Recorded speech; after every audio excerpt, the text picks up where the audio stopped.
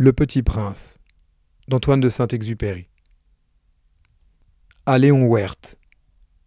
Je demande pardon aux enfants d'avoir dédié ce livre à une grande personne. J'ai une excuse sérieuse. Cette grande personne est le meilleur ami que j'ai au monde. J'ai une autre excuse. Cette grande personne peut tout comprendre, même les livres pour enfants. J'ai une troisième excuse. Cette grande personne habite la France où elle a faim et froid. Elle a bien besoin d'être consolée. Si toutes ces excuses ne suffisent pas, je veux bien dédier ce livre à l'enfant qu'a été autrefois cette grande personne. Toutes les grandes personnes ont d'abord été des enfants, mais peu d'entre elles s'en souviennent. Je corrige donc ma dédicace. À Léon Werth, quand il était petit garçon. Lorsque j'avais 6 ans, j'ai vu une fois une magnifique image dans un livre sur la forêt vierge qui s'appelait « Histoire vécue ». Ça représentait un serpent boa qui avalait un fauve. Voilà la copie du dessin. On disait dans le livre « Les serpents boa avalent leur proie tout entière sans la mâcher. Ensuite, ils ne peuvent plus bouger et ils dorment pendant les 6 mois de leur digestion. » J'ai alors beaucoup réfléchi sur les aventures de la jungle et, à mon tour, j'ai réussi avec un crayon de couleur à tracer mon premier dessin. Mon dessin numéro 1. Il était comme ça. J'ai montré mon chef-d'œuvre aux grandes personnes et je leur ai demandé si mon dessin leur faisait peur. Elles m'ont répondu. Pourquoi un chapeau ferait-il peur ? Mon dessin ne représentait pas un chapeau. Il représentait un serpent boa qui digérait un éléphant. J'ai alors dessiné l'intérieur du serpent boa afin que les grandes personnes puissent comprendre. Elles ont toujours besoin d'explications. Mon dessin numéro 2 était comme ça. Les grandes personnes m'ont conseillé de laisser de côté les dessins de serpents boas ouverts ou fermés et de m'intéresser plutôt à la géographie, à l'histoire, au calcul et à la grammaire.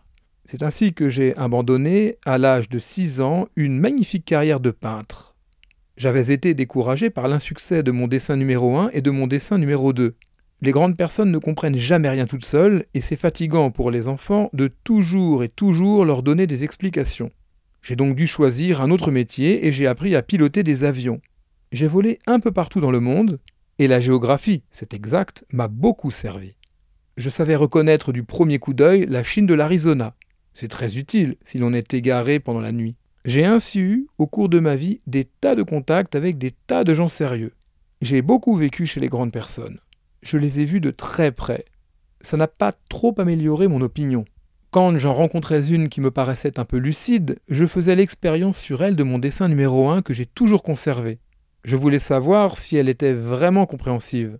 Mais toujours elle me répondait « c'est un chapeau ». Alors je ne lui parlais ni de serpent boa, ni de forêt vierge, ni d'étoiles. Je me mettais à sa portée. Je lui parlais de bridge, de golf, de politique et de cravate. Et la grande personne était bien contente de connaître un homme aussi raisonnable. J'ai ainsi vécu seul, sans personne avec qui parler véritablement, jusqu'à une panne dans le désert du Sahara il y a 6 ans. Quelque chose s'était cassé dans mon moteur. Et comme je n'avais avec moi ni mécanicien ni passager, je me préparais à essayer de réussir tout seul une réparation difficile.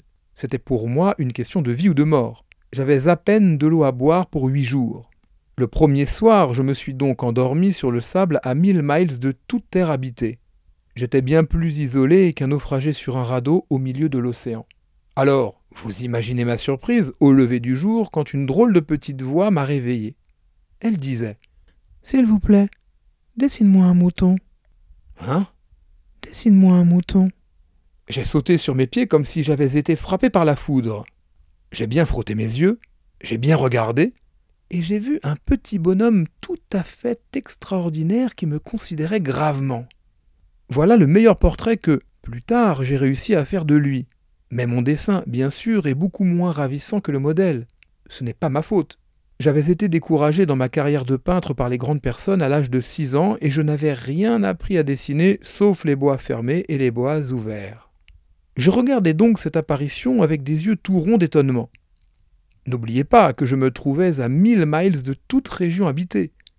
Or, mon petit bonhomme ne me semblait ni égaré, ni mort de fatigue, ni mort de faim, ni mort de soif, ni mort de peur. Il n'avait en rien l'apparence d'un enfant perdu au milieu du désert à 1000 miles de toute région habitée. Quand je réussis enfin à parler, je lui dis « Mais qu'est-ce que tu fais là ?» Et il me répéta alors, tout doucement, comme une chose très sérieuse « S'il vous plaît, dessine-moi un mouton. » Quand le mystère est trop impressionnant, on n'ose pas désobéir. Aussi absurde que cela me sembla à 1000 miles de tous les endroits habités et en danger de mort, je sortis de ma poche une feuille de papier et un stylographe. Mais je me rappelais alors que j'avais surtout étudié la géographie, l'histoire, le calcul et la grammaire, et je dis au petit bonhomme, avec un peu de mauvaise humeur, que je ne savais pas dessiner. Il me répondit « Ça ne fait rien. Dessine-moi un mouton. » Comme je n'avais jamais dessiné un mouton, je refis pour lui l'un des 2 seuls dessins dont j'étais capable, celui du bois fermé, et je fus stupéfait d'entendre le petit bonhomme me répondre « Non, non, je ne veux pas d'un éléphant dans un bois. Un bois, c'est très dangereux et un éléphant, c'est très encombrant. Chez moi, c'est tout petit. J'ai besoin d'un mouton. Dessine-moi un mouton. » Alors, j'ai dessiné. Il regarda attentivement, puis « Non, celui-là est déjà très malade. Fais-en un autre. » Je dessinais. Mon ami sourit gentiment, avec indulgence. « Tu vois bien, ce n'est pas un mouton, c'est un bélier. Il a des cornes. » Je refis donc encore mon dessin, mais il fut refusé, comme les précédents. « Celui-là est trop vieux. Je veux un mouton qui vive longtemps. » Alors, faute de patience, comme j'avais hâte de commencer le démontage de mon moteur, je griffonnais ce dessin-ci, et je lançais. Ça, c'est la caisse. Le mouton que tu veux est dedans. Mais je fus bien surpris de voir s'illuminer le visage de mon jeune juge. C'est tout à fait comme ça que je le voulais. Crois-tu qu'il faille beaucoup d'herbe à ce mouton? Pourquoi? Parce que chez moi, c'est tout petit. Ça suffira sûrement. Je t'ai donné un tout petit mouton. Il pencha la tête vers le dessin. Pas si petit que ça. Tiens, il s'est endormi. Et c'est ainsi que je fis la connaissance du petit prince. Il me fallut longtemps pour comprendre d'où il venait. Le petit prince, qui me posait beaucoup de questions, ne semblait jamais entendre les miennes. Ce sont des mots prononcés par hasard qui, peu à peu, m'ont tout révélé. Ainsi, quand il aperçut pour la première fois mon avion, je ne dessinerai pas mon avion, c'est un dessin beaucoup trop compliqué pour moi, il me demanda « Qu'est-ce que c'est que cette chose-là » ? Ce n'est pas une chose, ça vole, c'est un avion, c'est mon avion. Et j'étais fier de lui apprendre que je volais. Alors il s'écria « Comment? Tu es tombé du ciel ?»« Oui, fis-je modestement. »« Ah, ça c'est drôle. » Et le petit prince eut un très joli éclat de rire qui m'irrita beaucoup. Je désire que l'on prenne mes malheurs au sérieux. Puis il ajouta « Alors, toi aussi tu viens du ciel. De quelle planète es-tu » J'entrevis aussitôt une lueur dans le mystère de sa présence et j'interrogeai brusquement. « Tu viens donc d'une autre planète ?» Mais il ne me répondit pas. Il hochait la tête doucement tout en regardant mon avion. « C'est vrai que, là-dessus, tu ne peux pas venir de bien loin. » Et il s'enfonça dans une rêverie qui dura longtemps. Puis, sortant mon mouton de sa poche, il se plongea dans la contemplation de son trésor. Vous imaginez combien j'avais pu être intrigué par cette demi-confidence sur les autres planètes. Je m'efforçais donc d'en savoir plus long. « D'où viens-tu, mon petit bonhomme? Où est-ce chez toi? Où veux-tu emporter mon mouton ?» Il me répondit après un silence méditatif. « Ce qui est bien avec la caisse que tu m'as donnée, c'est que la nuit, ça lui servira de maison. »« Bien sûr. Et si tu es gentil, je te donnerai aussi une corde pour l'attacher pendant le jour. Et un piquet. » La proposition parut choquer le petit prince. « L'attacher? Quelle drôle d'idée. »« Mais si tu ne l'attaches pas, il ira n'importe où et il se perdra. » Et mon ami eut un nouvel éclat de rire. « Mais où veux-tu qu'il aille? »« N'importe où, droit devant lui. » Alors le petit prince remarqua gravement. « Ça ne fait rien. C'est tellement petit chez moi. » Et, avec un peu de mélancolie peut-être, il ajouta « Droit devant soi, on ne peut pas aller bien loin. » J'avais ainsi appris une seconde chose très importante. C'est que sa planète d'origine était à peine plus grande qu'une maison. Ça ne pouvait pas m'étonner beaucoup. Je savais bien qu'en dehors des grosses planètes comme la Terre, Jupiter, Mars, Vénus, auxquelles on a donné des noms, il y en a des centaines d'autres qui sont quelquefois si petites qu'on a beaucoup de mal à les apercevoir au télescope. Quand un astronome découvre l'une d'elles, il lui donne pour nom un numéro. Il l'appelle par exemple l'astéroïde 3251. J'ai de sérieuses raisons de croire que la planète d'où venait le Petit Prince est l'astéroïde B612. Cet astéroïde n'a été aperçu qu'une fois au télescope en 1909 par un astronome turc. Il avait fait alors une grande démonstration de sa découverte à un congrès international d'astronomie. Mais personne ne l'avait cru à cause de son costume.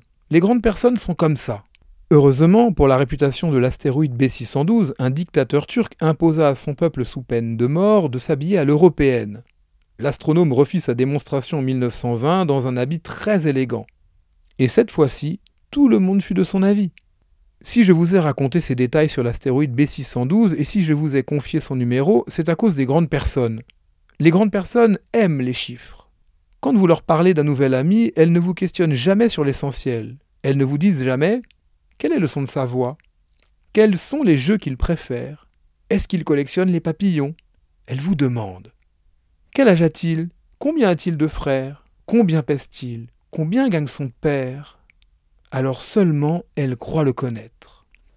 Si vous dites aux grandes personnes « J'ai vu une belle maison en briques roses avec des géraniums aux fenêtres et des colombes sur le toit », elles ne parviennent pas à s'imaginer cette maison. Il faut leur dire « J'ai vu une maison de 100 000 francs ». Alors elles s'écrient « Comme c'est joli !» Ainsi, si vous leur dites « La preuve que le petit prince a existé, c'est qu'il était ravissant, qu'il riait et qu'il voulait un mouton », quand on veut un mouton, c'est la preuve qu'on existe. Elles hausseront les épaules et vous traiteront d'enfant. Mais si vous leur dites « La planète d'où il venait est l'astéroïde B612 », alors elles seront convaincues et elles vous laisseront tranquille avec leurs questions. Elles sont comme ça. Il ne faut pas leur en vouloir. Les enfants doivent être très indulgents envers les grandes personnes.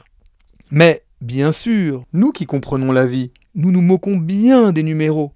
J'aurais aimé commencer cette histoire à la façon des contes de fées. J'aurais aimé dire « Il était une fois un petit prince qui habitait une planète à peine plus grande que lui et qui avait besoin d'un ami. » Pour ceux qui comprennent la vie, ça aurait eu l'air beaucoup plus vrai.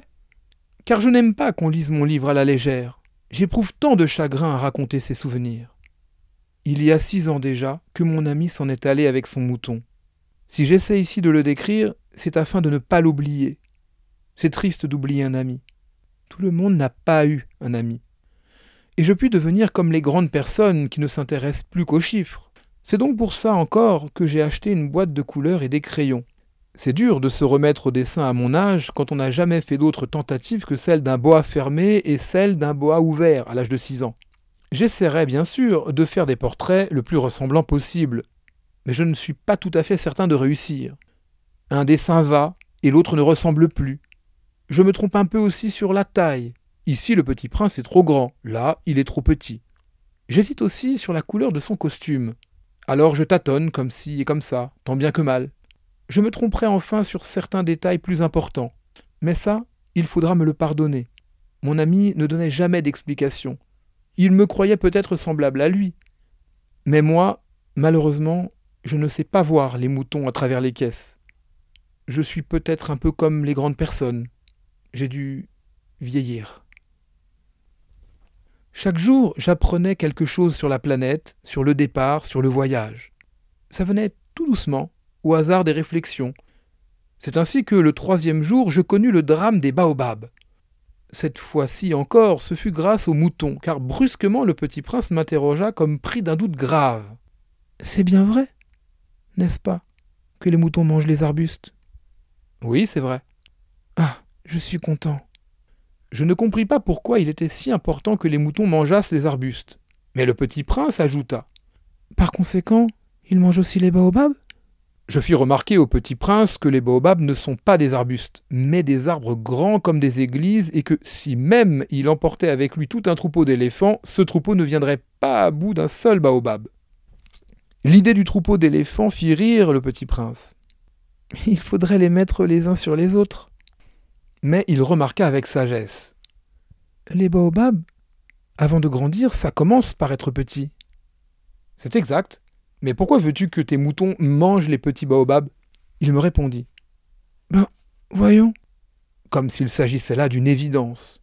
Et il me fallut un grand effort d'intelligence pour comprendre à moi seul ce problème. Et en effet, sur la planète du Petit Prince, il y avait, comme sur toutes les planètes, de bonnes herbes et de mauvaises herbes. Par conséquent, de bonnes graines de bonnes herbes et de mauvaises graines de mauvaises herbes. Mais les graines sont invisibles. Elles dorment dans le secret de la terre jusqu'à ce qu'il prenne fantaisie à l'une d'elles de se réveiller. Alors elles s'étirent et poussent d'abord timidement vers le soleil une ravissante petite brindille inoffensive. S'il s'agit d'une brindille de radis ou de rosier, on peut la laisser pousser comme elle veut. Mais s'il s'agit d'une mauvaise plante, il faut arracher la plante aussitôt dès qu'on a su la reconnaître. Or, il y avait des graines terribles sur la planète du Petit Prince. C'étaient les graines de baobab. Le sol de la planète en était infesté. Or, un baobab, si l'on s'y prend trop tard, on ne peut jamais plus s'en débarrasser. Il encombre toute la planète. Il la perfore de ses racines. Et si la planète est trop petite, et si les baobabs sont trop nombreux, ils la font éclater. « C'est une question de discipline », me disait plus tard le Petit Prince. « Quand on a terminé sa toilette du matin, il faut faire soigneusement la toilette de la planète. Il faut s'astreindre régulièrement à arracher les baobabs dès qu'on les distingue d'avec les rosiers auxquels ils ressemblent beaucoup quand ils sont très jeunes. C'est un travail très ennuyeux, mais très facile. » Et un jour, il me conseilla de m'appliquer à réussir un beau dessin pour bien faire entrer ça dans la tête des enfants de chez moi. « S'ils voyagent un jour, me disait-il, ça pourra leur servir. Il est quelquefois sans inconvénient de remettre à plus tard son travail. Mais s'il s'agit des baobabs, c'est toujours une catastrophe. J'ai connu une planète habitée par un paresseux, il avait négligé 3 arbustes. Et, sur les indications du Petit Prince, j'ai dessiné cette planète-là. Je n'aime guère prendre le ton d'un moraliste. Mais le danger des baobabs est si peu connu et les risques courus par celui qui s'égarerait dans un astéroïde sont si considérables que, pour une fois, je fais exception à ma réserve. Je dis « Enfants, faites attention aux baobabs. C'est pour avertir mes amis d'un danger qu'ils frôlaient depuis longtemps, comme moi-même, sans le connaître, que j'ai tant travaillé ce dessin-là. La leçon que je donnais en valait la peine. Vous vous demanderez peut-être pourquoi n'y a-t-il pas dans ce livre d'autres dessins aussi grandioses que le dessin des baobabs? La réponse est bien simple. J'ai essayé mais je n'ai pas pu réussir. Quand j'ai dessiné les baobabs, j'ai été animé par le sentiment de l'urgence. Ah, Petit Prince, j'ai compris peu à peu ainsi ta petite vie mélancolique. Tu n'avais eu longtemps pour distraction que la douceur des couchers de soleil. J'ai appris ce détail nouveau le 4e jour au matin quand tu m'as dit « J'aime bien les couchers de soleil. Allons voir un coucher de soleil. » Mais il faut attendre. Attendre quoi? Attendre que le soleil se couche. Tu as eu l'air très surpris d'abord et puis tu as ri de toi-même. Et tu m'as dit « Je me crois toujours chez moi. » En effet, quand il est midi aux États-Unis, le soleil, tout le monde le sait, se couche sur la France. Il suffirait de pouvoir aller en France en 1 minute pour assister au coucher de soleil. Malheureusement, la France est bien trop éloignée. Mais, sur ta si petite planète, il te suffisait de tirer ta chaise de quelques pas, et tu regardais le crépuscule chaque fois que tu le désirais. Un jour, j'ai vu le soleil se coucher 43 fois. Et un peu plus tard, tu ajoutais « Tu sais, quand on est tellement triste, on aime les couchers de soleil. » Le jour des 43 fois, tu étais donc tellement triste? Mais le Petit Prince ne répondit pas. Le 5e jour, toujours grâce au mouton, ce secret de la vie du Petit Prince me fut révélé. Il me demanda avec brusquerie, sans préambule, comme le fruit d'un problème longuement médité en silence. « Un mouton, s'il mange les arbustes, il mange aussi les fleurs ?»« Un mouton mange tout ce qu'il rencontre. »« Même les fleurs qui ont des épines ?»« Oui, même les fleurs qui ont des épines. »« Alors les épines, à quoi servent-elles ?» Je ne le savais pas. J'étais alors très occupé à essayer de dévisser un boulon trop serré de mon moteur. J'étais très soucieux car ma panne commençait de m'apparaître comme très grave et l'eau à boire qui s'épuisait me faisait craindre le pire. Les épines, à quoi servent-elles? Le Petit Prince ne renonçait jamais à une question une fois qu'il l'avait posée. J'étais irrité par mon boulon et je répondis n'importe quoi. Les épines, ça sert à rien, c'est de la pure méchanceté de la part des fleurs. Oh! Mais après un silence, il me lança avec une sorte de rancune. Je ne te crois pas. Les fleurs sont faibles. Elles sont naïves. Elles se rassurent comme elles peuvent. Elles se croient terribles avec leurs épines.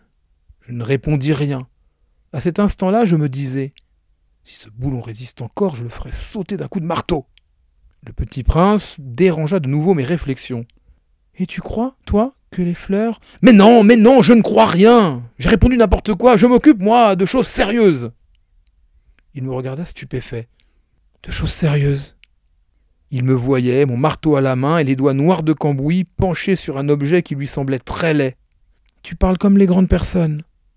Ça me fit un peu honte, mais impitoyable, il ajouta. Tu confonds tout, tu mélanges tout. Il était vraiment très irrité. Il secouait au vent des cheveux tout dorés. Je connais une planète où il y a un monsieur cramoisi. Il n'a jamais respiré une fleur, il n'a jamais regardé une étoile, il n'a jamais aimé personne. Il n'a jamais rien fait d'autre que des additions. Et toute la journée, il répète comme toi. Je suis un homme sérieux, je suis un homme sérieux. Et ça le fait gonfler d'orgueil. Mais ce n'est pas un homme, c'est un champignon. Un quoi? Un champignon. Le petit prince était maintenant tout pâle de colère. Il y a des millions d'années que les fleurs fabriquent des épines. Il y a des millions d'années que les moutons mangent quand même les fleurs. Et ce n'est pas sérieux de chercher à comprendre pourquoi elles se donnent tant de mal pour se fabriquer des épines qui ne servent jamais à rien. Ce n'est pas plus important la guerre des moutons et des fleurs.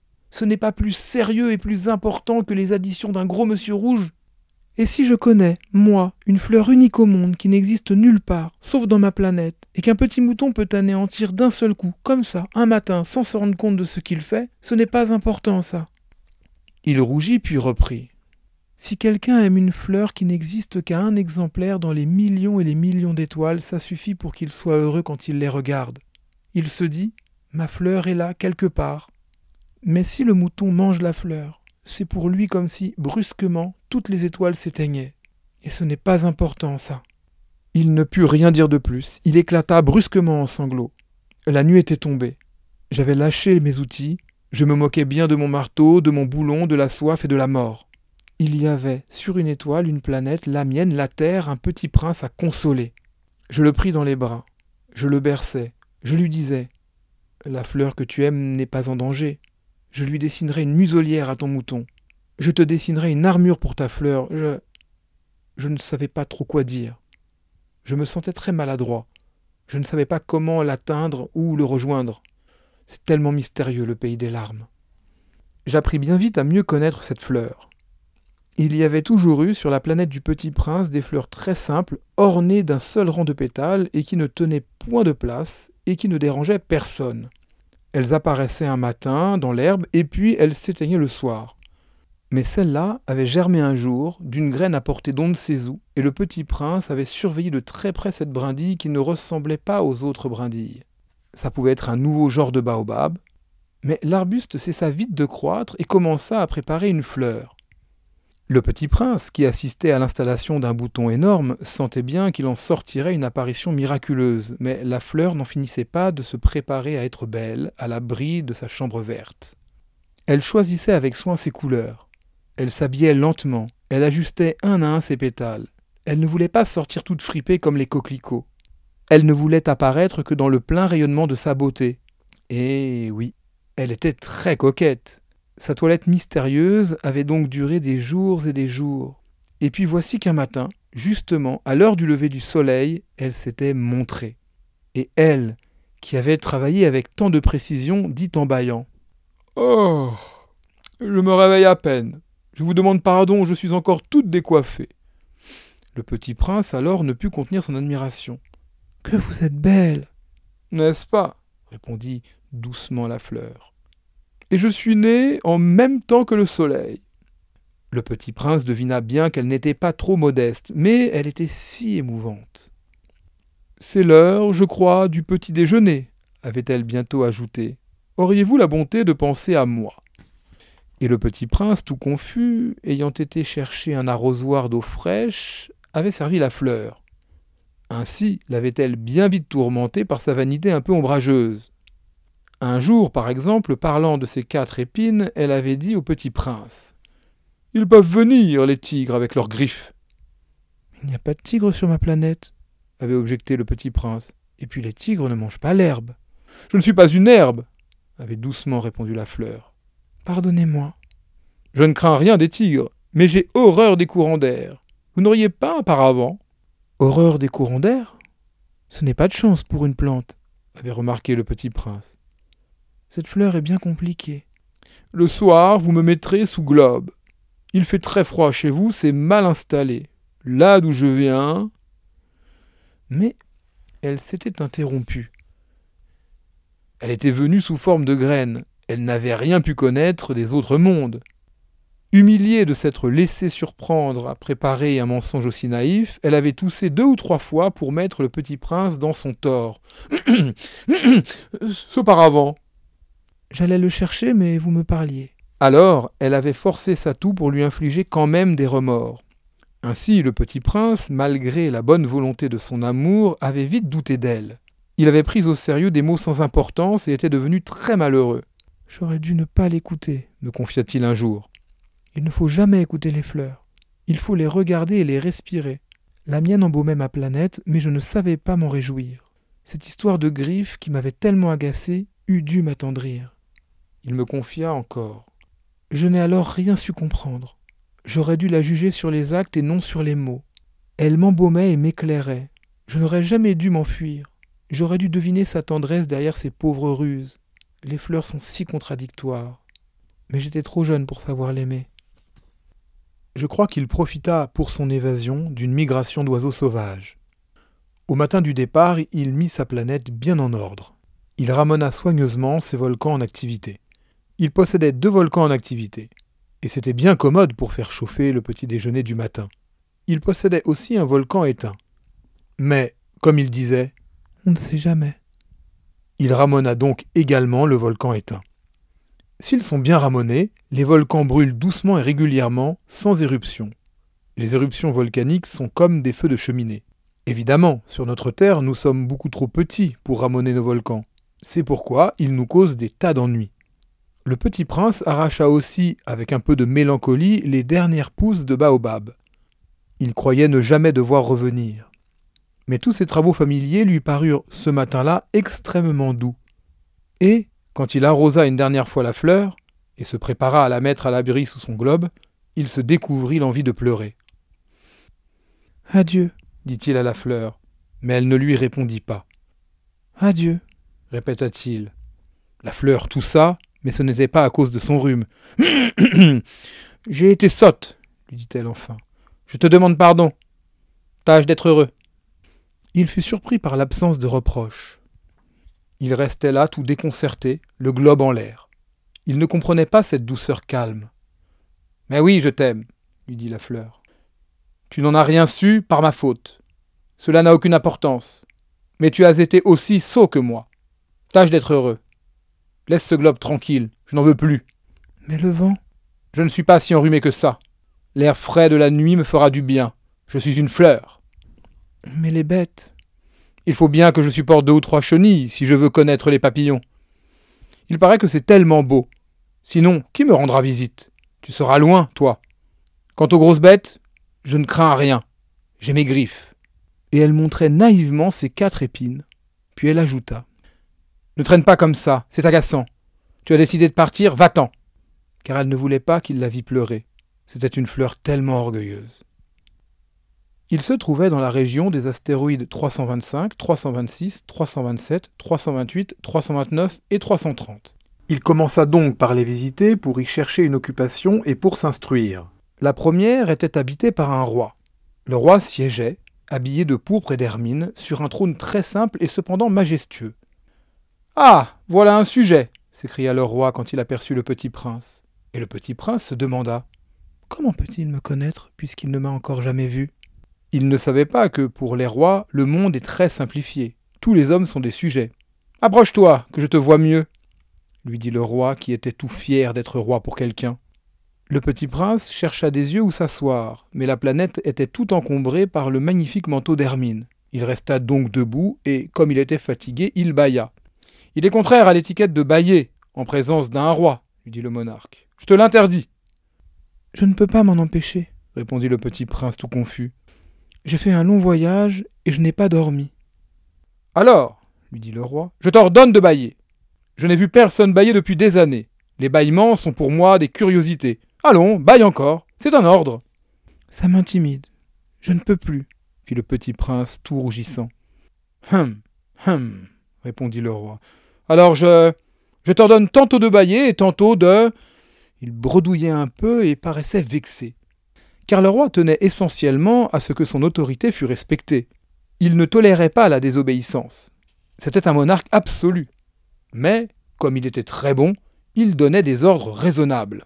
« Si j'ordonnais, disait-il couramment, si j'ordonnais à un général de se changer en oiseau de mer, et si le général n'obéissait pas, ce ne serait pas la faute du général, ce serait ma faute. »« Puis-je m'asseoir » s'enquit timidement le petit prince. « Je t'ordonne de t'asseoir, » lui répondit le roi, qui remena majestueusement un pan de son manteau d'hermine. Mais le petit prince s'étonnait. La planète était minuscule. Sur quoi le roi pouvait-il bien régner ? « Sire, lui dit-il, je vous demande pardon de vous interroger. »« Je t'ordonne de m'interroger, » se hâta de dire le roi. « Sire, sur quoi régnez-vous ?»« Sur tout, » répondit le roi avec une grande simplicité. « Sur tout ?» Le roi, d'un geste discret, désigna sa planète, les autres planètes et les étoiles. « Sur tout ça ?» dit le petit prince. « Sur tout ça !» répondit le roi. Car non seulement c'était un monarque absolu, mais c'était un monarque universel. « Et les étoiles vous obéissent ?»« Bien sûr, » lui dit le roi. « Elles obéissent aussitôt. Je ne tolère pas l'indiscipline. » Un tel pouvoir émerveilla le petit prince. S'il l'avait détenu lui-même, il aurait pu assister non pas à 44, mais à 72, ou même à 100, ou même à 200 couchers de soleil dans la même journée, sans avoir jamais à tirer sa chaise. Et comme il se sentait un peu triste à cause du souvenir de sa petite planète abandonnée, il s'enhardit à solliciter une grâce du roi. « Je voudrais voir un coucher de soleil. Faites-moi plaisir, ordonnez au soleil de se coucher. »« Si j'ordonnais à un général de voler d'une fleur à l'autre à la façon d'un papillon, ou d'écrire une tragédie, ou de se changer en oiseau de mer, et si le général n'exécutait pas l'ordre reçu, qui, de lui ou de moi, serait dans son tort ? » ?»« Ce serait vous, » dit fermement le petit prince. « Exact. Il faut exiger de chacun ce que chacun peut donner, » reprit le roi. « L'autorité repose d'abord sur la raison. Si tu ordonnes à ton peuple d'aller se jeter à la mer, il fera la révolution. J'ai le droit d'exiger l'obéissance parce que mes ordres sont raisonnables. »« Alors, mon coucher de soleil ?» rappela le petit prince, qui jamais n'oubliait une question une fois qu'il l'avait posée. « Ton coucher de soleil, tu l'auras. Je l'exigerai. Mais j'attendrai, dans ma science du gouvernement, que les conditions soient favorables. »« Quand ça sera-t-il » s'informa le petit prince. « lui répondit le roi, qui consulta d'abord un gros calendrier. « Ce sera ce sera ce soir vers 7h40, et tu verras comme je suis bien obéi. » Le petit prince bâilla. Il regrettait son coucher de soleil manqué, et puis il s'ennuyait déjà un peu. « Je n'ai plus rien à faire ici, » dit-il au roi. « Je vais repartir. »« Ne pars pas, » répondit le roi, qui était si fier d'avoir un sujet. « Ne pars pas, je te fais ministre. »« Ministre de quoi ?»« De la justice. »« Mais il n'y a personne à juger. »« On ne sait pas, » lui dit le roi. « Je n'ai pas fait encore le tour de mon royaume. Je suis très vieux. Je n'ai pas de place pour un carrosse et ça me fatigue de marcher. »« Oh, mais j'ai déjà vu, » dit le prince, qui se pencha pour jeter encore un coup d'œil sur l'autre côté de la planète. « Il n'y a personne là-bas non plus. »« Tu te jugeras donc toi-même, » lui répondit le roi. « C'est le plus difficile. Il est bien plus difficile de se juger soi-même que de juger autrui. Si tu réussis à bien te juger, c'est que tu es un véritable sage. »« Moi ?» dit le petit prince. « Je puis me juger moi-même n'importe où. Je n'ai pas besoin d'habiter ici. »« dit le roi. « Je crois bien que sur ma planète, il y a quelque part un vieux rat. Je l'entends la nuit. Tu pourras juger ce vieux rat. Tu le condamneras à mort de temps en temps. Ainsi, sa vie dépendra de ta justice. Mais tu le gracieras chaque fois pour l'économiser. Il n'y en a qu'un. »« Moi ?» répondit le petit prince. « Je n'aime pas condamner à mort, et je crois bien que je m'en vais. »« Non !» dit le roi. Mais le petit prince, ayant achevé ses préparatifs, ne voulut point peiner le vieux monarque. « Si votre majesté désirait être obéie ponctuellement, elle pourrait me donner un ordre raisonnable. Elle pourrait m'ordonner, par exemple, de partir avant 1 minute. Il me semble que les conditions sont favorables. » Le roi n'ayant rien répondu, le petit prince hésita d'abord, puis, avec un soupir, prit le départ. « Je te fais mon ambassadeur !» se hâta alors de crier le roi. Il avait un grand air d'autorité.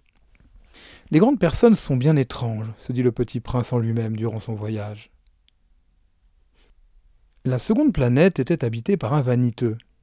« Ah ah, voilà la visite d'un admirateur !» s'écria de loin le vaniteux dès qu'il aperçut le petit prince, car pour les vaniteux, les autres hommes sont des admirateurs. « Bonjour, dit le petit prince. Vous avez un drôle de chapeau. C'est pour saluer, lui répondit le vaniteux. C'est pour saluer quand on m'acclame. Malheureusement, il ne passe jamais personne par ici. Ah oui, dit le petit prince, qui ne comprit pas. Frappe tes mains l'une contre l'autre, conseilla donc le vaniteux. Le petit prince frappa ses mains l'une contre l'autre. Le vaniteux salua modestement en soulevant son chapeau. Ça, c'est plus amusant que la visite au roi, se dit en lui-même le petit prince. Et il recommença de frapper ses mains l'une contre l'autre. Le vaniteux recommença de saluer en soulevant son chapeau. Après 5 minutes d'exercice, le petit prince se fatigua de la monotonie du jeu. « Et pour que le chapeau tombe, demanda-t-il, que faut-il faire ?» Mais le vaniteux ne l'entendit pas. Les vaniteux n'entendent jamais que les louanges. « Est-ce que tu m'admires vraiment beaucoup ?» demanda-t-il au petit prince. « Qu'est-ce que signifie admirer ?» Admirer signifie reconnaître que je suis l'homme le plus beau, le mieux habillé, le plus riche et le plus intelligent de la planète. « Mais tu es seul sur ta planète. »« Fais-moi ce plaisir, admire-moi quand même. »« Je t'admire, » dit le petit prince en haussant un peu les épaules. « Mais en quoi cela peut-il bien t'intéresser ?» Et le petit prince s'en fut. Les grandes personnes sont décidément bien bizarres, se dit-il simplement en lui-même durant son voyage. La planète suivante était habitée par un buveur. Cette visite fut très courte, mais elle plongea le petit prince dans une grande mélancolie. « Que fais-tu là ?» dit-il au buveur, qu'il trouva installé en silence devant une collection de bouteilles vides et une collection de bouteilles pleines. « Je bois, » répondit le buveur d'un air lugubre. « Pourquoi bois-tu » lui demanda le petit prince. « Pour oublier, » répondit le buveur. « Pour oublier quoi » s'enquit le petit prince, qui déjà le plaignait. « Pour oublier que j'ai honte » avoua le buveur en baissant la tête. « Honte de quoi » s'informa le petit prince qui désirait le secourir. « Honte de boire » acheva le buveur qui s'enferma définitivement dans le silence. Et le petit prince s'en fut, perplexe. Les grandes personnes sont décidément très très bizarres, se dit-il en lui-même durant le voyage. La 4e planète était celle du businessman. Cet homme était si occupé qu'il ne leva même pas la tête à l'arrivée du petit prince. « Bonjour, » lui dit celui-ci. « Votre cigarette est éteinte. » 3 et 2 font 5, 5 et 7, 12, 12 et 3, 15. Bonjour. 15 et 7, 22, 22 et 6, 28. Pas le temps de la rallumer. 26 et 5, 31. Ouf, ça fait donc 501 622 731. 500 millions de quoi? Hein? Tu es toujours là? 501 millions de... Je ne sais plus, j'ai tellement de travail, je suis sérieux, moi, je ne m'amuse pas à des balivernes. 2 et 5, 7. 501 millions de quoi? Répéta le petit prince qui jamais de sa vie n'avait renoncé à une question une fois qu'il l'avait posée. Le businessman leva la tête. Depuis 54 ans que j'habite cette planète-ci, je n'ai été dérangé que 3 fois. La première fois, ça a été il y a 22 ans, par un hanneton qui était tombé Dieu sait d'où. Il répandait un bruit épouvantable et j'ai fait 4 erreurs dans une addition.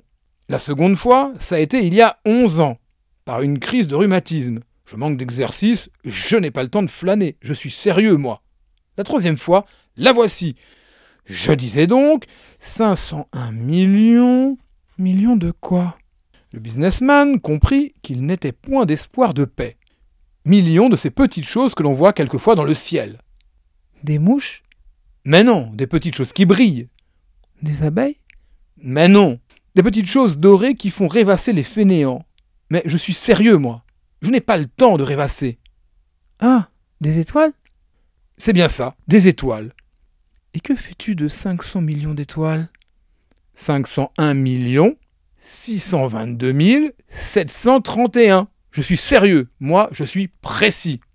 Et que fais-tu de ces étoiles? Ce que j'en fais? Oui. Rien, je les possède. Tu possèdes des étoiles? Oui.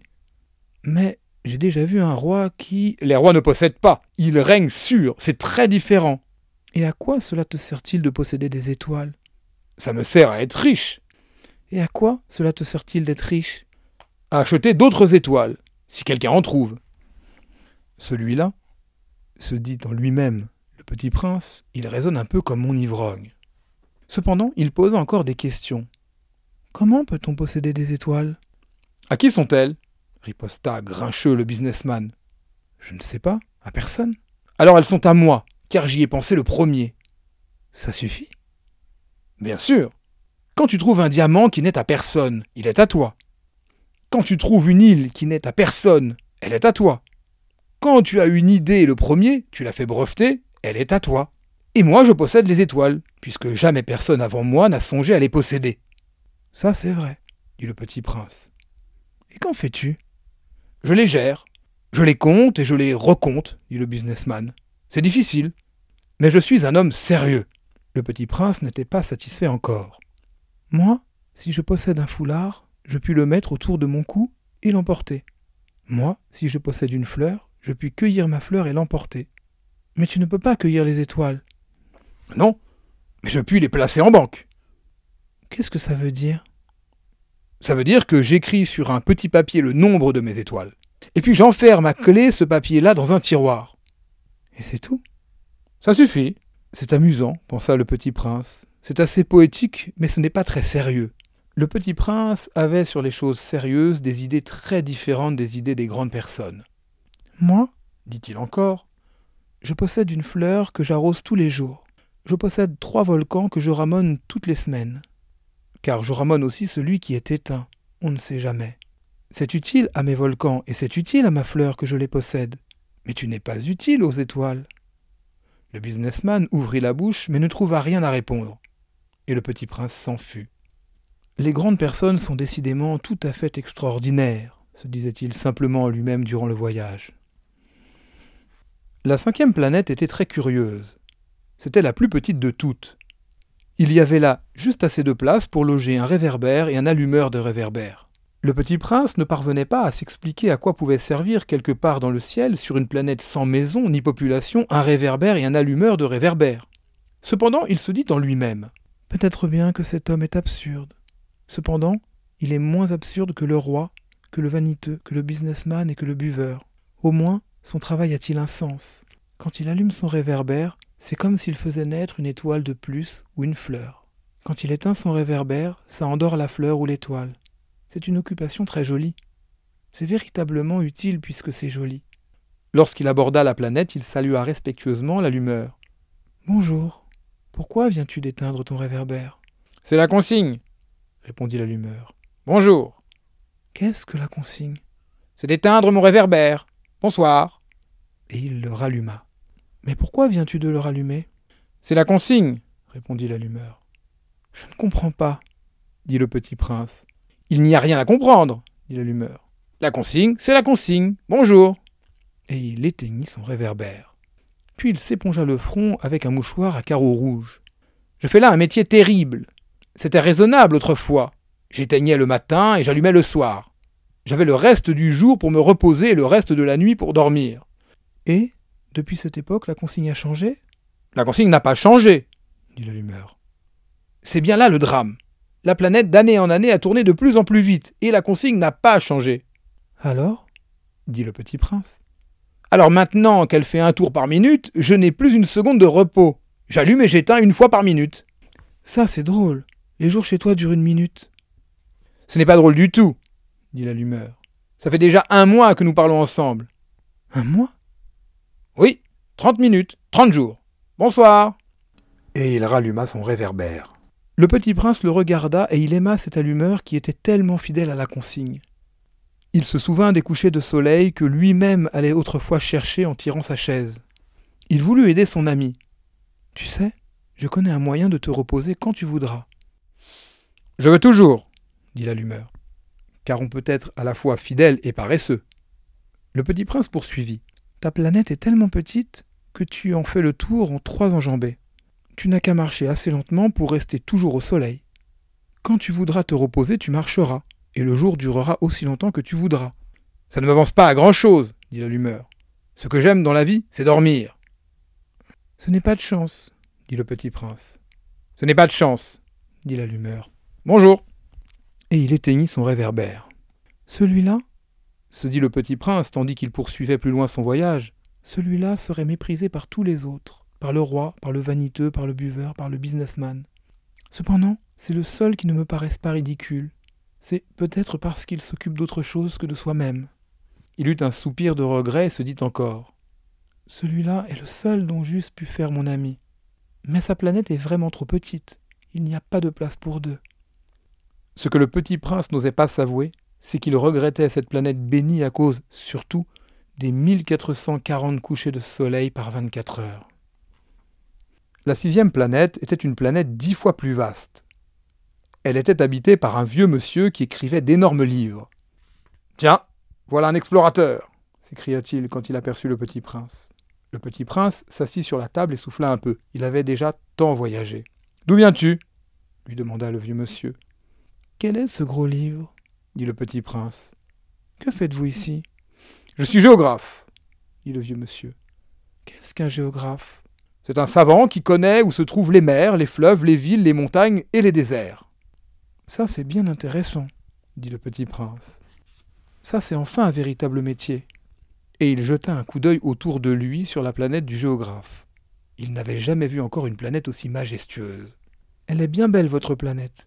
Est-ce qu'il y a des océans ?»« Je ne puis pas le savoir, » dit le géographe. « Ah ?» Le petit prince était déçu. « Et des montagnes ?»« Je ne puis pas le savoir, » dit le géographe. « Et des villes et des fleuves et des déserts ?»« Je ne puis pas le savoir non plus, » dit le géographe. « Mais vous êtes géographe ?»« C'est exact, » dit le géographe. « Mais je ne suis pas explorateur. Je manque absolument d'explorateurs. Ce n'est pas le géographe qui va faire le compte des villes, des fleuves, des montagnes, des mers, des océans et des déserts. Le géographe est trop important pour flâner. Il ne quitte pas son bureau. Mais il y reçoit les explorateurs. Il les interroge et il prend en note leurs souvenirs. Et si les souvenirs de l'un d'entre eux lui paraissent intéressants, le géographe fait faire une enquête sur la moralité de l'explorateur. Pourquoi ça ? Parce qu'un explorateur qui mentirait entraînerait des catastrophes dans les livres de géographie, et aussi un explorateur qui boirait trop. Pourquoi ça ? Fit le petit prince.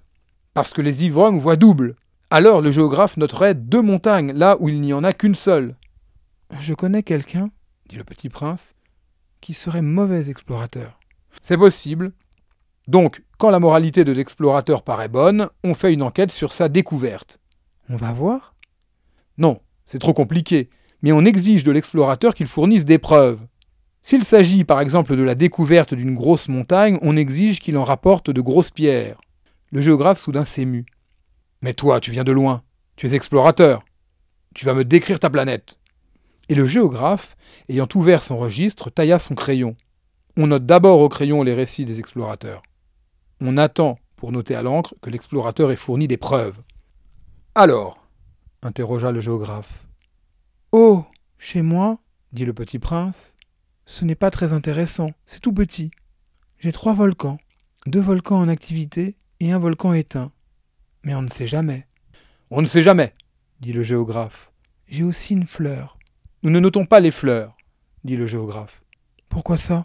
C'est le plus joli. »« Parce que les fleurs sont éphémères. »« Qu'est-ce que signifie éphémère ? » ?»« Les géographies, dit le géographe, sont les livres les plus sérieux de tous les livres. Elles ne se démodent jamais. Il est très rare qu'une montagne change de place. Il est très rare qu'un océan se vide de son eau. Nous écrivons des choses éternelles. »« Mais les volcans éteints peuvent se réveiller, » interrompit le petit prince. « Qu'est-ce que signifie éphémère ? » ?»« Que les volcans soient éteints ou soient éveillés, ça revient au même pour nous autres, dit le géographe. Ce qui compte pour nous, c'est la montagne. Elle ne change pas. »« Mais qu'est-ce que signifie éphémère ?» répéta le petit prince qui, de sa vie, n'avait renoncé à une question une fois qu'il l'avait posée. « Ça signifie qui est menacé de disparition prochaine. »« Ma fleur est menacée de disparition prochaine ? » ?»« Bien sûr. »« Ma fleur est éphémère, se dit le petit prince. Et elle n'a que 4 épines pour se défendre contre le monde. Et je l'ai laissée toute seule chez moi. » Ce fut là son premier mouvement de regret. Mais il reprit courage. « Que me conseillez-vous d'aller visiter ?» demanda-t-il. « La planète Terre, » lui répondit le géographe. « Elle a une bonne réputation. » Et le petit prince s'en fut, songeant à sa fleur. La 7e planète fut donc la Terre. La Terre n'est pas une planète quelconque. On y compte 111 rois, en n'oubliant pas, bien sûr, les rois nègres, 7000 géographes, 900 000 businessmen, 7 millions et demi d'ivrognes, 311 millions de vaniteux, c'est-à-dire environ 2 milliards de grandes personnes. Pour vous donner une idée des dimensions de la Terre, je vous dirais qu'avant l'invention de l'électricité, on y devait entretenir, sur l'ensemble des 6 continents, une véritable armée de 462 511 allumeurs de réverbères. Vu d'un peu loin, ça faisait un effet splendide. Les mouvements de cette armée étaient réglés comme ceux d'un ballet d'opéra. D'abord venait le tour des allumeurs de réverbères de Nouvelle-Zélande et d'Australie. Puis ceux-ci, ayant allumé leurs lampions, s'en allaient dormir. Alors entraient à leur tour dans la danse les allumeurs de réverbères de Chine et de Sibérie.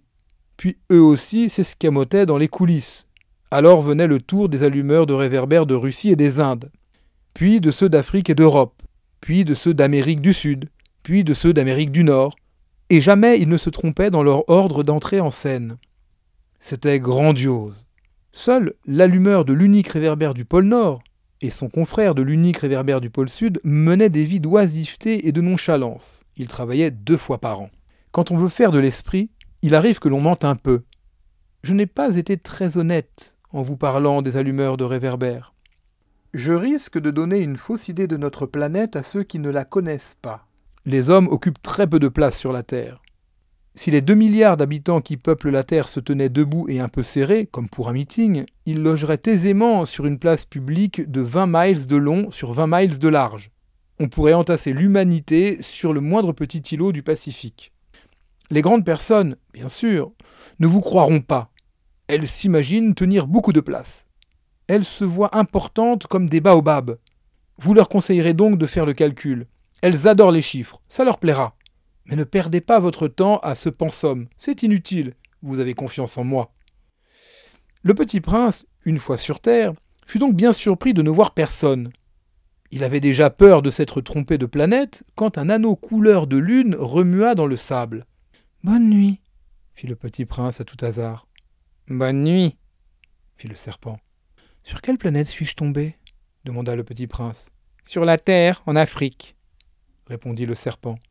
« Ah, il n'y a donc personne sur la Terre ?»« Ici, c'est le désert. Il n'y a personne dans le désert. La Terre est grande, » dit le serpent. Le petit prince s'assit sur une pierre et leva les yeux vers le ciel. « Je me demande, » dit-il, « si les étoiles sont éclairées afin que chacun puisse un jour retrouver la sienne. Regarde ma planète. Elle est juste au-dessus de nous. Mais comme elle est loin. »« Elle est belle, » dit le serpent. « Que viens-tu faire ici ?»« J'ai des difficultés avec une fleur, » dit le petit prince. « Ah !» fit le serpent, et ils se turent. « Où sont les hommes ?» reprit enfin le petit prince. « On est un peu seul dans le désert. »« On est seul aussi chez les hommes, » dit le serpent. Le petit prince le regarda longtemps. « Tu es une drôle de bête, » lui dit-il enfin. « Mince comme un doigt. »« Mais je suis plus puissant que le doigt d'un roi, » dit le serpent. Le petit prince eut un sourire. « Tu n'es pas bien puissant. Tu n'as même pas de pattes. Tu ne peux même pas voyager. »« Je puis t'emporter plus loin qu'un navire, » dit le serpent. Il s'enroula autour de la cheville du petit prince comme un bracelet d'or. « Celui que je touche, je le rends à la terre dont il est sorti, » dit-il encore. « Mais tu es pur et tu viens d'une étoile. » Le petit prince ne répondit rien. « Tu me fais pitié, toi, si faible, sur cette terre de granit. Je puis t'aider un jour si tu regrettes trop ta planète. Je puis... »« Oh, j'ai très bien compris, » fit le petit prince. « Mais pourquoi parles-tu toujours par énigmes ?»« Je les résous toutes, » dit le serpent. Et ils se turent. Le petit prince traversa le désert et ne rencontra qu'une fleur à 3 pétales, une fleur de rien du tout. « Bonjour, » dit le petit prince. « Bonjour, » dit la fleur. « Où sont les hommes ?» demanda poliment le petit prince. La fleur un jour avait vu passer une caravane. « Les hommes ? Il en existe, je crois, 6 ou 7. Je les ai aperçus il y a des années. Mais on ne sait jamais où les trouver. Le vent les promène. Ils manquent de racines, ça les gêne beaucoup. »« Adieu, » fit le petit prince. « Adieu, » dit la fleur. Le petit prince fit l'ascension d'une haute montagne. Les seules montagnes qu'il ait jamais connues étaient les 3 volcans qui lui arrivaient aux genoux, et il se servait du volcan éteint comme d'un tabouret. D'une montagne haute comme celle-ci, se dit-il donc, j'apercevrais d'un coup toute la planète et tous les hommes. Mais il n'aperçut rien que des aiguilles de roc bien aiguisées. « Bonjour, dit-il à tout hasard. « Bonjour, bonjour, bonjour, répondit l'écho. « Qui êtes-vous ? Dit le petit prince. « Qui êtes-vous ? Qui êtes-vous ? Qui êtes-vous ? Répondit l'écho. « Soyez mes amis, je suis seul, dit-il. « Je suis seul, je suis seul, je suis seul, répondit l'écho. Quelle drôle de planète, pensa-t-il alors. Elle est toute sèche, et toute pointue, et toute salée. Et les hommes manquent d'imagination. Ils répètent ce qu'on leur dit. Chez moi, j'avais une fleur, elle parlait toujours la première. » Mais il arriva que le petit prince, ayant longtemps marché à travers les sables, les rocs et les neiges, découvrit enfin une route. Et les routes vont toutes chez les hommes. « Bonjour, dit-il. C'était un jardin fleuri de roses. « Bonjour, dirent les roses. Le petit prince les regarda. Elles ressemblaient toutes à sa fleur. « Qui êtes-vous ? Leur demanda-t-il stupéfait. « Nous sommes des roses, dirent les roses. « Ah, fit le petit prince. Et il se sentit très malheureux. Sa fleur lui avait raconté qu'elle était seule de son espèce dans l'univers. Et voici qu'il en était 5000 toutes semblables dans un seul jardin. Elle serait bien vexée, se dit-il, si elle voyait ça. Elle tousserait énormément et ferait semblant de mourir pour échapper au ridicule. Et je serais bien obligé de faire semblant de la soigner, car sinon, pour m'humilier moi aussi, elle se laisserait vraiment mourir. Puis il se dit encore, « Je me croyais riche d'une fleur unique, et je ne possède qu'une rose ordinaire.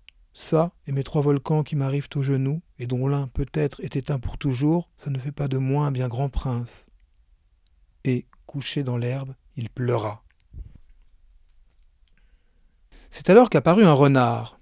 « Bonjour, dit le renard. « Bonjour, répondit poliment le petit prince, qui se retourna mais ne vit rien. « Je suis là, dit la voix sous le pommier. « Qui es-tu ? Dit le petit prince. « Tu es bien joli. »« Je suis un renard, dit le renard. « Viens jouer avec moi, lui proposa le petit prince. « Je suis tellement triste. »« Je ne puis pas jouer avec toi, dit le renard. « Je ne suis pas apprivoisé. »« Ah, pardon, fit le petit prince. Mais après réflexion, il ajouta. « Qu'est-ce que signifie apprivoiser ?»« Tu n'es pas d'ici, dit le renard. « Que cherches-tu ?»« Je cherche les hommes, dit le petit prince. « Qu'est-ce que signifie apprivoiser ?»« Les hommes, dit le renard. « Ils ont des fusils et ils chassent. C'est bien gênant. Ils élèvent aussi des poules. C'est leur seul intérêt. Tu cherches des poules ?»« Non, dit le petit prince. Je cherche des amis. Qu'est-ce que signifie apprivoiser ?»« C'est une chose trop oubliée, dit le renard. Ça signifie créer des liens. »« Créer des liens ?»« Bien sûr, dit le renard. Tu n'es encore pour moi qu'un petit garçon tout semblable à 100 000 petits garçons. Et je n'ai pas besoin de toi. Et tu n'as pas besoin de moi non plus. Je ne suis pour toi qu'un renard semblable à 100 000 renards. Mais si tu m'apprivoises, nous aurons besoin l'un de l'autre. Tu seras pour moi unique au monde, je serai pour toi unique au monde. »« Je commence à comprendre, dit le petit prince. Il y a une fleur. Je crois qu'elle m'a apprivoisé. »« C'est possible, dit le renard. On voit sur la terre toutes sortes de choses. »« Oh, ce n'est pas sur la terre, dit le petit prince. » Le renard parut très intrigué. « Sur une autre planète ? » ?»« Oui. »« Il y a des chasseurs sur cette planète-là ? » ?»« Non. »« Ça, c'est intéressant. Et des poules ? » ?»« Non. »« Rien n'est parfait, soupira le renard. Mais le renard revint à son idée. « Ma vie est monotone. Je chasse les poules, les hommes me chassent. Toutes les poules se ressemblent et tous les hommes se ressemblent. Je m'ennuie donc un peu. Mais si tu m'apprivoises, ma vie sera comme ensoleillée. Je connaîtrai un bruit de pas qui sera différent de tous les autres. Les autres pas me font rentrer sous terre. Le tien m'appellera hors du terrier, comme une musique. Et puis regarde, tu vois là-bas les champs de blé. Je ne mange pas de pain. Le blé pour moi est inutile. Les champs de blé ne me rappellent rien, et ça c'est triste. Mais tu as des cheveux couleur d'or. Alors ce sera merveilleux quand tu m'auras apprivoisé. Le blé, qui est doré, me fera souvenir de toi. Et j'aimerais le bruit du vent dans le blé. » Le renard se tut et regarda longtemps le petit prince. « S'il te plaît, apprivoise-moi, dit-il. »« Je veux bien, répondit le petit prince. Mais je n'ai pas beaucoup de temps. J'ai des amis à découvrir et beaucoup de choses à connaître. »« On ne connaît que les choses que l'on apprivoise, dit le renard. Les hommes n'ont plus le temps de rien connaître. Ils achètent des choses toutes faites chez les marchands.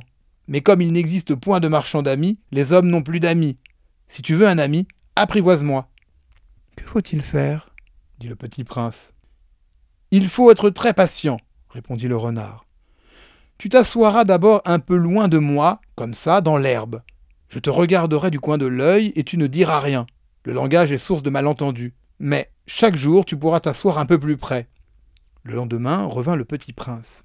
« Il eût mieux valu revenir à la même heure, dit le renard. Si tu viens par exemple à 4 heures de l'après-midi, dès 3 heures je commencerai d'être heureux. Plus l'heure avancera, plus je me sentirai heureux. À 4 heures déjà, je m'agiterai et m'inquiéterai, je découvrirai le prix du bonheur. Mais si tu viens n'importe quand, je ne saurai jamais à quelle heure m'habiller le cœur. Il faut des rites. »« Qu'est-ce qu'un rite ? Dit le petit prince. »« C'est aussi quelque chose de trop oublié, dit le renard. C'est ce qui fait qu'un jour est différent des autres jours, une heure des autres heures. Il y a un rite par exemple chez mes chasseurs. Ils dansent le jeudi avec les filles du village. Alors, le jeudi est jour merveilleux. Je vais me promener jusqu'à la vigne. Si les chasseurs dansaient n'importe quand, les jours se ressembleraient tous et je n'aurais point de vacances. » Ainsi, le petit prince apprivoisa le renard. Et quand l'heure du départ fut proche, « Ah !» dit le renard, « je pleurerai. »« C'est ta faute, » dit le petit prince. « Je ne te souhaitais point de mal, mais tu as voulu que je t'apprivoise. »« Bien sûr, » dit le renard. « Mais tu vas pleurer, » dit le petit prince. « Bien sûr, » dit le renard. « Alors tu n'y gagnes rien. »« J'y gagne, » dit le renard, « à cause de la couleur du blé. » Puis il ajouta, « Va revoir les roses, tu comprendras que la tienne est unique au monde. Tu reviendras me dire adieu, et je te ferai cadeau d'un secret. » Le petit prince s'en fut revoir les roses. « Vous n'êtes pas du tout semblable à ma rose, vous n'êtes rien encore, leur dit-il. Personne ne vous a apprivoisé, et vous n'avez apprivoisé personne. Vous êtes comme était mon renard. Ce n'était qu'un renard semblable à 100 000 autres. Mais j'en ai fait mon ami, et il est maintenant unique au monde. » Et les roses étaient bien gênées. « Vous êtes belles, mais vous êtes vides, leur dit-il encore. On ne peut pas mourir pour vous. Bien sûr, ma rose à moi, un passant ordinaire, croirait qu'elle vous ressemble. Mais à elle seule, elle est plus importante que vous toutes, puisque c'est elle que j'ai arrosée, puisque c'est elle que j'ai mise sous globe, puisque c'est elle que j'ai abritée par le paravent, puisque c'est elle dont j'ai tué les chenilles, sauf les 2 ou 3 pour les papillons, puisque c'est elle que j'ai écouté se plaindre ou se vanter, ou même quelquefois se taire, puisque c'est ma rose. » Et il revint vers le renard. « Adieu, dit-il. « Adieu, dit le renard. Voici mon secret, il est très simple. On ne voit bien qu'avec le cœur. L'essentiel est invisible pour les yeux. »« L'essentiel est invisible pour les yeux, » répéta le petit prince afin de se souvenir. « C'est le temps que tu as perdu pour ta rose qui fait ta rose si importante. »« C'est le temps que j'ai perdu pour ma rose, » fit le petit prince afin de se souvenir.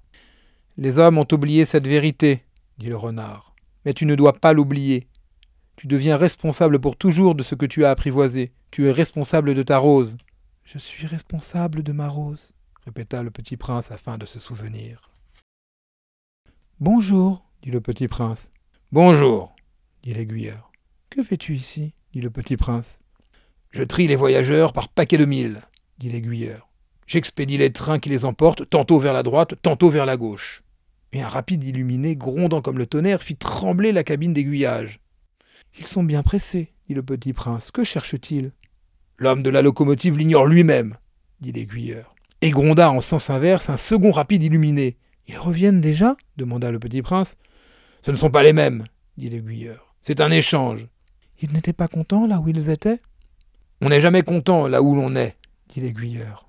Et gronda le tonnerre d'un troisième rapide illuminé. « Ils poursuivent les premiers voyageurs ?» demanda le petit prince. « Ils ne poursuivent rien du tout, » dit l'aiguilleur. « Ils dorment là-dedans, ou bien ils bâillent. Les enfants seuls écrasent leur nez contre les vitres. »« Les enfants seuls savent ce qu'ils cherchent, » fit le petit prince. « Ils perdent du temps pour une poupée de chiffon, et elle devient très importante, et si on la leur enlève, ils pleurent. Ils ont de la chance, dit l'aiguilleur. Bonjour, dit le petit prince. Bonjour, dit le marchand. C'était un marchand de pilules perfectionnées qui apaise la soif.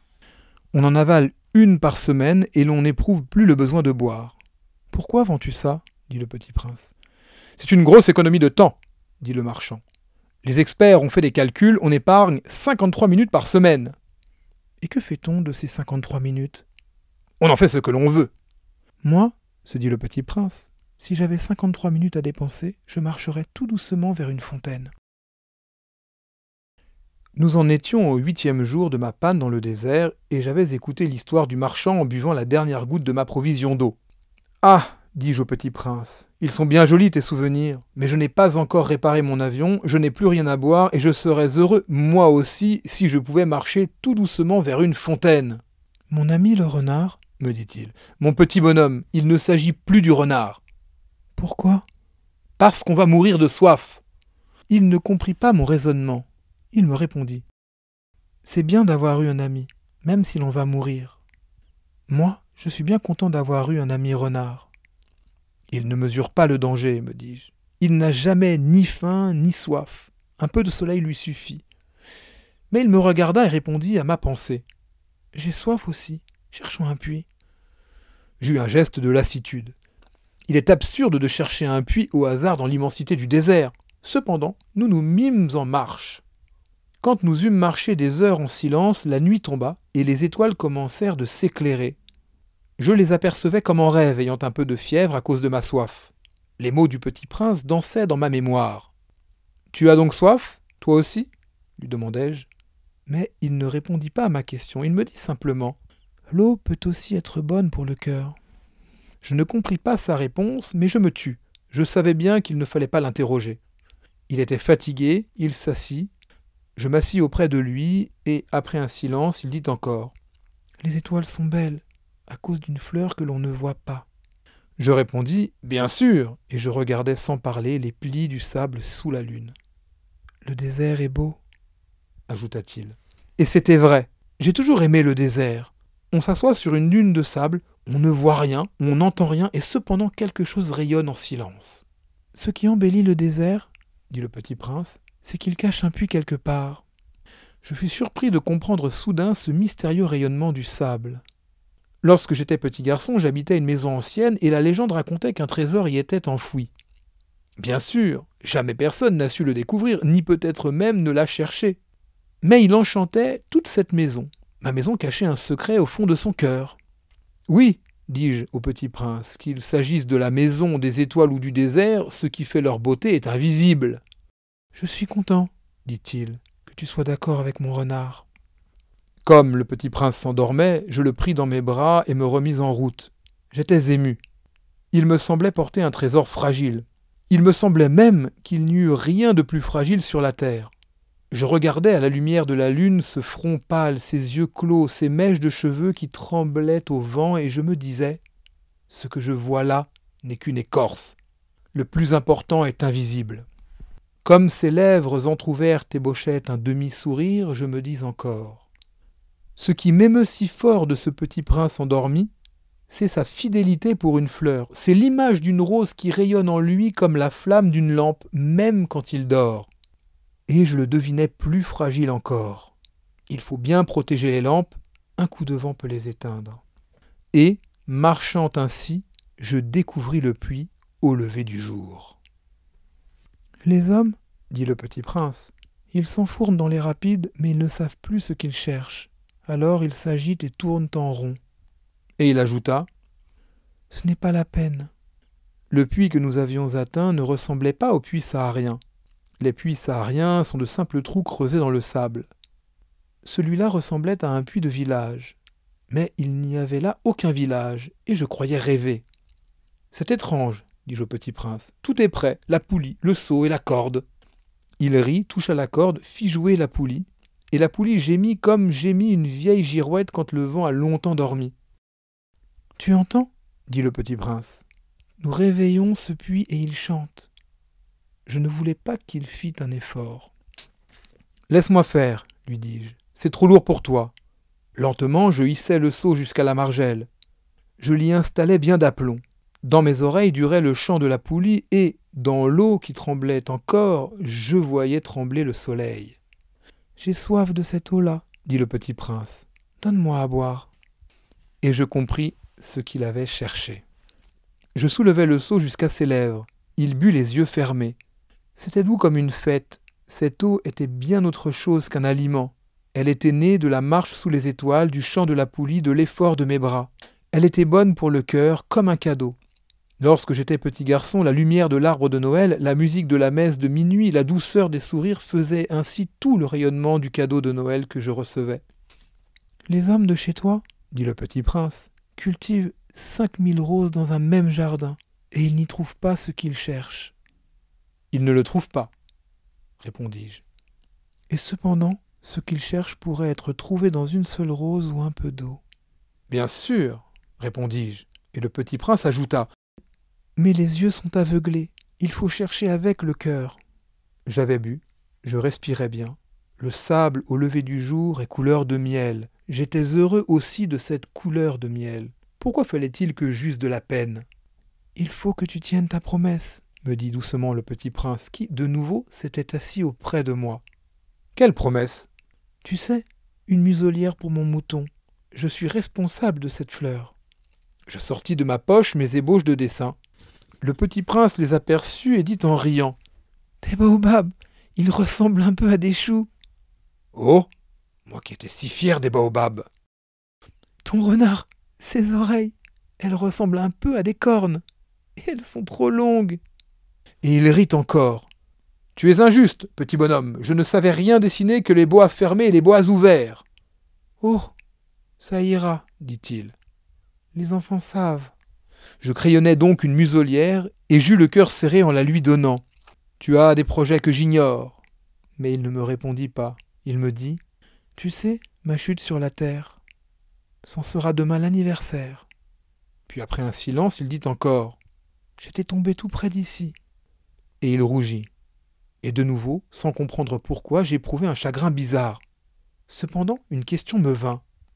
Alors, ce n'est pas par hasard que, le matin où je t'ai connu, il y a 8 jours, tu te promenais comme ça, tout seul, à 1000 miles de toutes les régions habitées. Tu retournais vers le point de ta chute ? Le petit prince rougit encore. Et j'ajoutai en hésitant. À cause, peut-être, de l'anniversaire ? Le petit prince rougit de nouveau. Il ne répondait jamais aux questions, mais quand on rougit, ça signifie oui, n'est-ce pas ? Ah, lui dis-je, j'ai peur. Mais il me répondit. Tu dois maintenant travailler. Tu dois repartir vers ta machine. Je t'attends ici. Reviens demain soir. Mais je n'étais pas rassuré. Je me souvenais du renard. On risque de pleurer un peu si l'on s'est laissé apprivoiser. Il y avait, à côté du puits, une ruine de vieux murs de pierre. Lorsque je revins de mon travail le lendemain soir, j'aperçus de loin mon petit prince assis là-haut, les jambes pendantes, et je l'entendis qui parlait. « Tu ne t'en souviens donc pas ?» disait-il. « Ce n'est pas tout à fait ici. » Une autre voix lui répondit sans doute, puisqu'il répliqua. « Si, si, c'est bien le jour, mais ce n'est pas ici l'endroit. » Je poursuivis ma marche vers le mur. Je ne voyais ni n'entendais toujours personne. Pourtant, le petit prince répliqua de nouveau. « Bien sûr. Tu verras où commence ma trace dans le sable. Tu n'as qu'à m'y attendre. J'y serai cette nuit. » J'étais à 20 mètres du mur et je ne voyais toujours rien. Le petit prince dit encore après un silence. « Tu as du bon venin ? Tu es sûr de ne pas me faire souffrir longtemps ?» Je fis halte, le cœur serré, mais je ne comprenais toujours pas. « Maintenant, va-t'en, dit-il. Je veux redescendre. » Alors j'abaissai moi-même les yeux vers le pied du mur et je fis un bond. Il était là, dressé vers le petit prince, un de ces serpents jaunes qui vous exécutent en 30 secondes. Tout en fouillant ma poche pour en tirer mon revolver, je pris le pas de course, mais au bruit que je fis, le serpent se laissa doucement couler dans le sable comme un jet d'eau qui meurt et, sans trop se presser, se faufila entre les pierres avec un léger bruit de métal. Je parvins au mur juste à temps pour y recevoir dans les bras mon petit bonhomme de prince, pâle comme la neige. « Quelle est cette histoire-là ? Tu parles maintenant avec les serpents !» J'avais défait son éternel cache-nez d'or. Je lui avais mouillé les tempes et l'avais fait boire. Et maintenant, je n'osais plus rien lui demander. Il me regarda gravement et m'entoura le cou de ses bras. Je sentais battre son cœur comme celui d'un oiseau qui meurt quand on l'a tiré à la carabine. Il me dit « Je suis content que tu aies trouvé ce qui manquait à ta machine. Tu vas pouvoir rentrer chez toi. »« Comment sais-tu » Je venais justement lui annoncer que, contre toute espérance, j'avais réussi mon travail. Il ne répondit rien à ma question, mais il ajouta « Moi aussi, aujourd'hui, je rentre chez moi. » Puis, mélancolique, « C'est bien plus loin, c'est bien plus difficile. » Je sentais bien qu'il se passait quelque chose d'extraordinaire. Je le serrais dans les bras comme un petit enfant, et cependant il me semblait qu'il coulait verticalement dans un abîme sans que je pusse rien pour le retenir. Il avait le regard sérieux, perdu très loin. « J'ai ton mouton, et j'ai la caisse pour le mouton, et j'ai la muselière. » Et il sourit avec mélancolie. J'attendis longtemps, je sentais qu'il se réchauffait peu à peu. « Petit bonhomme, tu as eu peur. » Il avait eu peur, bien sûr, mais il rit doucement. « J'aurais bien plus peur ce soir. » De nouveau, je me sentis glacé par le sentiment de l'irréparable. Et je compris que je ne supportais pas l'idée de ne plus jamais entendre ce rire. C'était pour moi comme une fontaine dans le désert. « Petit bonhomme, je veux encore t'entendre rire. » Mais il me dit « Cette nuit, ça fera 1 an. Mon étoile se trouvera juste au-dessus de l'endroit où je suis tombé l'année dernière. » Petit bonhomme, n'est-ce pas que c'est un mauvais rêve, cette histoire de serpent et de rendez-vous et d'étoiles ? Mais elle ne répondit pas à ma question. Il me dit « Ce qui est important, ça ne se voit pas. » Bien sûr. C'est comme pour la fleur. Si tu aimes une fleur qui se trouve dans une étoile, c'est doux la nuit de regarder le ciel. Toutes les étoiles sont fleuries. Bien sûr. C'est comme pour l'eau. Celle que tu m'as donnée à boire était comme une musique à cause de la poulie et de la corde. Tu te rappelles ? Elle était bonne. Bien sûr. Tu regarderas la nuit les étoiles. C'est trop petit chez moi pour que je te montre où se trouve la mienne. C'est mieux comme ça. Mon étoile, ça sera pour toi une des étoiles. Alors toutes les étoiles, tu aimeras les regarder. Elles seront toutes tes amies. Et puis je vais te faire un cadeau. Il rit encore. Ah, petit bonhomme, j'aime entendre ce rire. Justement, ce sera mon cadeau. Ce sera comme pour l'eau. Que veux-tu dire ? Les gens ont des étoiles qui ne sont pas les mêmes. Pour les uns qui voyagent, les étoiles sont des guides. Pour les autres, elles ne sont rien que de petites lumières. Pour d'autres qui sont savants, elles sont des problèmes. Pour mon businessman, elles étaient de l'or. Mais toutes ces étoiles-là se taisent. Toi, tu auras des étoiles comme personne n'en a. Que veux-tu dire ? Quand tu regarderas le ciel la nuit, puisque j'habiterai dans l'une d'elles, puisque je rirai dans l'une d'elles, alors ce sera pour toi comme si riaient toutes les étoiles. Tu auras, toi, des étoiles qui savent rire. Et il rit encore. Et quand tu seras consolé, on se console toujours, tu seras content de m'avoir connu. Tu seras toujours mon ami. Tu auras envie de rire avec moi. Et tu ouvriras parfois ta fenêtre, comme ça, pour le plaisir. Et tes amis seront bien étonnés de te voir rire en regardant le ciel. Alors tu leur diras « Oui, les étoiles, ça me fait toujours rire. » Et ils te croiront fou. Je t'aurais joué un bien vilain tour. Et il rit encore. Ce sera comme si je t'avais donné, au lieu d'étoiles, des tas de petits grelots qui savent rire. Et il rit encore, puis il redevint sérieux. Cette nuit, tu sais, ne viens pas. Je ne te quitterai pas. J'aurais l'air d'avoir mal. J'aurais un peu l'air de mourir. C'est comme ça. Ne viens pas voir ça, ce n'est pas la peine. Je ne te quitterai pas. Mais il était soucieux. Je te dis ça, c'est à cause aussi du serpent. Il ne faut pas qu'il te morde. Les serpents, c'est méchant. Ça peut mordre pour le plaisir. Je ne te quitterai pas. Mais quelque chose le rassura. C'est vrai qu'ils n'ont plus de venin pour la seconde morsure. Cette nuit-là, je ne le vis pas se mettre en route. Il s'était évadé sans bruit. Quand je réussis à le rejoindre, il marchait décidé d'un pas rapide. Il me dit seulement « Ah, tu es là ?» Et il me prit par la main. Mais il se tourmenta encore. « Tu as eu tort. Tu auras de la peine. J'aurai l'air d'être mort, et ce ne sera pas vrai. » Moi, je me taisais. « Tu comprends ? C'est trop loin. Je ne peux pas emporter ce corps-là. C'est trop lourd. » Moi, je me taisais. Mais ce sera comme une vieille écorce abandonnée. Ce n'est pas triste, les vieilles écorces. Moi, je me taisais. Il se découragea un peu, mais il fit encore un effort. Ce sera gentil, tu sais. Moi aussi, je regarderai les étoiles. Toutes les étoiles seront des puits avec une poulie rouillée. toutes les étoiles me verseront à boire. Moi, je me taisais. Ce sera tellement amusant. Tu auras 500 millions de grelots, j'aurai 500 millions de fontaines. Et il se tut aussi, parce qu'il pleurait. C'est là, laisse-moi faire un pas tout seul. Et il s'assit parce qu'il avait peur. Il dit encore. Tu sais, ma fleur, j'en suis responsable. Et elle est tellement faible, et elle est tellement naïve. Elle a 4 épines de rien du tout pour la protéger contre le monde. Moi, je m'assis parce que je ne pouvais plus me tenir debout. Il dit. Voilà, c'est tout. Il hésita encore un peu, puis il se releva. Il fit un pas. Moi, je ne pouvais pas bouger. Il n'y eut rien qu'un éclair jaune près de sa cheville. Il demeura un instant immobile. Il ne cria pas. Il tomba doucement comme tombe un arbre. Ça ne fit même pas de bruit à cause du sable. Et maintenant, bien sûr, ça fait 6 ans déjà. Je n'ai jamais encore raconté cette histoire. Les camarades qui m'ont revu ont été bien contents de me revoir vivant. J'étais triste, mais je leur disais « c'est la fatigue ». Maintenant, je me suis un peu consolé. C'est-à-dire, pas tout à fait. Mais je sais bien qu'il est revenu à sa planète, car, au lever du jour, je n'ai pas retrouvé son corps. Ce n'était pas un corps tellement lourd. Et j'aime la nuit écouter les étoiles. C'est comme 500 millions de grelots. Mais voilà qu'il se passe quelque chose d'extraordinaire. La muselière que j'ai dessinée pour le Petit Prince, j'ai oublié d'y ajouter la courroie de cuir. Il n'aura jamais pu l'attacher au mouton. Alors je me demande, que s'est-il passé sur sa planète? Peut-être bien que le mouton a mangé la fleur. Tantôt je me dis, sûrement non. Le Petit Prince enferme sa fleur toutes les nuits sous son globe de verre et il surveille bien son mouton. Alors je suis heureux, et toutes les étoiles rient doucement. Tantôt je me dis, on est distrait une fois ou l'autre, et ça suffit. Il a oublié un soir le globe de verre, ou bien le mouton est sorti sans bruit pendant la nuit. Alors les grelots se changent tous en larmes. C'est là un bien grand mystère.